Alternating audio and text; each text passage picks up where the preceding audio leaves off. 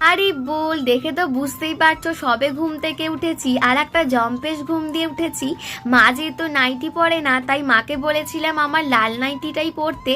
আর এখানে আমি বসে বসে হাওয়াটাকে উপভোগ করছি। সবাই ঘুরতে বেরোবো, তখনই ঝমঝমিয়ে বৃষ্টি, তাই সবাই রুমেতেই আটকে পড়েছিলাম।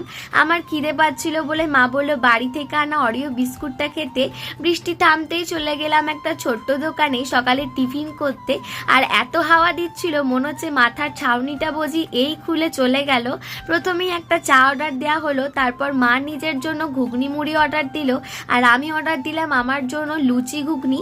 কারণ আমার মনে হচ্ছিল বাইরের মেঘলা ওয়েদার, সামনে সমুদ্র, লুচি ঘুগনির থেকে বেস্ট খাবার আর কিছুই হতে পারে না।